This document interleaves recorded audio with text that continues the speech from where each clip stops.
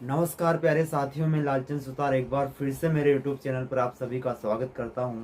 आज का वीडियो मैं संस्कृत के विद्यार्थियों के लिए लेकर के आया हूं। संस्कृत के विद्यार्थी कृपया निराश न हो। आप जो पढ़ रहे हो अभी, उसको आप निरंतरता से पढ़ते रहिए। आप अगर ये जानना चाहते हैं कि मैंने संस्कृत के लिए क्या पढ़ा था, तो मैं आपको इस वीडियो में वही बताने के लिए आया हूँ कि संस्कृत के लिए मैंने साफल्यम की गाइड को पढ़ा था। इसके अलावा मैंने ब्रजेश जी गौतम सर के नोट्स पढ़े थे जो संकल्प क्लासेज कोटा में हैं। और इसके अलावा मैंने राम कुमार जाट सर की शिक्षण विधियाँ पढ़ी थी। और इसके अलावा मैंने ओल्ड क्वेश्चन पेपर पढ़े और एमसीक्यू की बुक थी मेरे पास में, जो कि हितोपदेशिका नाम से राम कुमार सर की ही आती है, सरस्वती प्रकाशन वालों की। तो ये मेरे पास में संस्कृत का मैटर था। संस्कृत के मैटर को मैंने लिख लिख करके पढ़ा है। बहुत सारे रजिस्टर मेरे पास में थे, तो उन रजिस्टरों को मैंने इतना भर दिया कि सारी चीज़ें लिख लिख करके पढ़ता था। जैसे शब्द रूप याद करना है, धातु रूप याद करना है, तो उसको आप अच्छे से याद करने के बाद में बिना देखे उसको लिखो। जैसे आपने शब्द रूप याद किए, शब्द रूप को याद करने के बाद को उसको बिना देखे लिखो कि आप कहाँ पे गलती कर रहे हो। कहीं आपके विसर्ग में गलती तो नहीं है, कहीं आपके हलंत में गलती तो नहीं है। तो इस प्रकार से अगर आप परफेक्ट बन जाओगे तो फिर आपकी गलती नहीं होगी। क्योंकि वहाँ पर एक जैसे सेम ऑप्शन होते हैं एग्जाम में, तो वहाँ पे क्या होता है कि आप कंफ्यूज हो जाते हो कि कौन सा वाला सही है। तो अगर आप उसको लिख लिख करके पढ़ते हो तो वो कहीं ना कहीं आपकी स्मृति में बना रहेगा, और जब आप उस क्वेश्चन को हल करोगे तो आप गलती नहीं करोगे। क्योंकि शब्द रूप धातु रूप बहुत मायने रखता है, 9 प्रश्न उसमें से आते हैं। इसके अलावा बहुत सारे परीक्षार्थियों का एक सवाल था कि सर अशुद्धि संशोधन कैसे पढ़े, वाक्य निर्माण करना कैसे पढ़े, वाच्य परिवर्तन कैसे पढ़े, अलंकार कैसे पढ़े। तो उसके लिए भी मैं एक वीडियो लेकर के आऊँगा कि अशुद्धि संशोधन किस प्रकार से आपको पढ़ना है और अलंकार का टॉपिक आपको किस प्रकार से कवर करना है। आज मेरे पास में समय का अभाव है, इसलिए इस वीडियो को मैं लंबा नहीं बना पाऊँगा।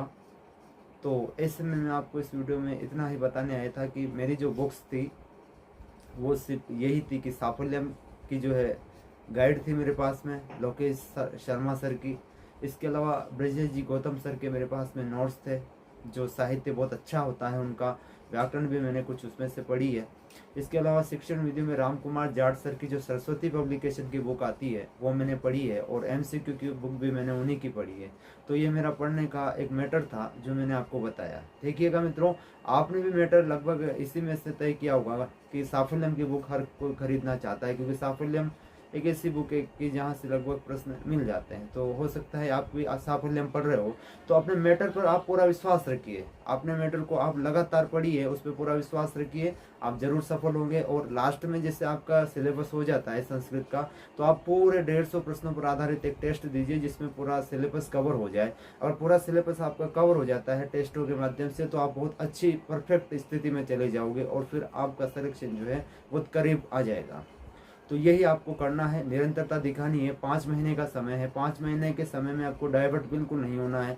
आपको कठिन टॉपिकों पर भी ध्यान देना है। जैसे शिक्षण विधियां हैं, वो सारे इसको इग्नोर कर देते हैं कि शिक्षण विद्या में कहाँ से पूर्ण मुझे समझ में नहीं आता है। तो आपको शिक्षण विधियाँ जो है वो किसी भी एक ऐसी पुस्तक लानी है, जैसे मैंने राम कुमार जाट सर की पढ़ी थी। आप जैसे आपको जो मिल रही है अभी मार्केट में, जैसे भी मिल रही है, तो उसको आप समझिए। क्योंकि शिक्षण विधियों में जैसे गद्य की शिक्षण विधियाँ हैं, पद्य की शिक्षण विधियाँ हैं, लेखन कौशल लेखन कौशल अभिवृद्धि एक विषय है, लेखन कौशल की है, भाषण कौशल की है। तो ये सारे के सारे कौशलों का भी आपको याद रखना है। इसके अलावा गद्य पद्य व्याकरण, इनकी भी शिक्षण विधियाँ आपको आनी चाहिए। नाटक शिक्षण की जो पूरी पाठ योजना होती है कि कौन सा सोपान कहाँ पे होता है, किसके बाद कौन सा सोपान होता है, वो सारी चीज़ें आपको अच्छे से कंप्लीट करनी है। जब आप इन चीज़ों को अच्छे से पढ़ लोगे तो आपकी शिक्षण विधियाँ भी कंप्लीट हो जाएगी। दूसरी बात है कि घबराने की बिल्कुल आवश्यकता नहीं है। अगर आपने पढ़ा है तो 100% आपको जो है सफलता मिलेगी, क्योंकि आपने मेहनत की है, और मेहनत ही काम आती है। ऐसा नहीं है कि सारी चीज़ें तुक्के से हो जाती है। तुक्का कुछ समय के लिए लगता है, बाकी मेहनत ही काम आती है। तो आप लगातार पढ़िए। बाकी संस्कृत को लेकर के मैं छोटे छोटे वीडियो फिर से लाता रहूँगा, तो आपको घबराने की आवश्यकता नहीं है, डरने की आवश्यकता नहीं है। क्योंकि जो एग्ज़ाम पास आता है तो थोड़ा सा डिप्रेशन अपने माइंड में आ जाता है कि यार मेरे को तो अभी ये याद नहीं हुआ, जो वो याद नहीं हुआ। तो आपको घबराने की आवश्यकता नहीं है। आपको संस्कृत में अधिक से अधिक प्रश्न जो है हल करने की आवश्यकता है, क्योंकि आपका सब्जेक्ट है, आप उसमें अच्छे हो तो आप लगभग 140 प्लस का स्कोर लेकर के चलिए कि 140 प्लस अगर आप क्वेश्चन हल कर देते हो, सही कर देते हो, तो आप एक अच्छी कंडीशन में हो। 280 मार्क्स आपके आ जाते हैं संस्कृत में, तो आप सही कंडीशन में हो। क्योंकि आप चाहे एसटी से हो, एससी से हो, ओबीसी से है, ईडब्ल्यूएस कोई सी भी कैटेगरी से हो, अगर आप 280 मार्क्स अगर संस्कृत के अंदर लाते हो तो आप ऐसे सेफ स्कोर में होगी। फिर जीके में भले आपके कम अंक भी आते हैं, जैसे 100 मार्क्स भी अगर जीके में आ जाते हैं तो आप 100% दावेदार हो इस नौकरी के। तो मित्रों, यही मेरा आपको एक मोटिवेशन था कि आप संस्कृत की तैयारी इस प्रकार से कीजिए। पेपर का लेवल थोड़ा सा टफ आना शुरू हो चुका है, तो ऐसे में कट ऑफ जो है वो कम ही जाएगी, आपको इसलिए घबराने की आवश्यकता नहीं है, क्योंकि कट ऑफ हमेशा पेपर के ऊपर डिपेंड करती है।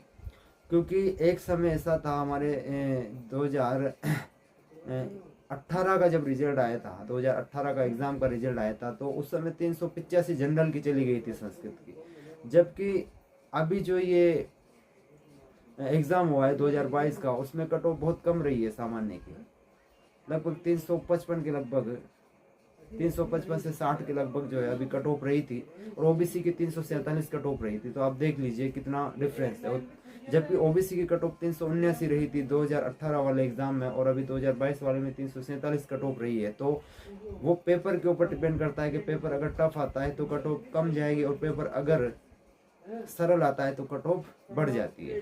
तो ये होता है। तो आप जो निरंतरता के साथ तैयारी करते रहिए, मेरा आशीर्वाद आपके साथ है, आप जरूर सफल होंगे। एक नए वीडियो में फिर से आपको मिलूंगा, तब तक के लिए आप सभी से मेरा प्यार भरा नमस्कार। जय हिंद।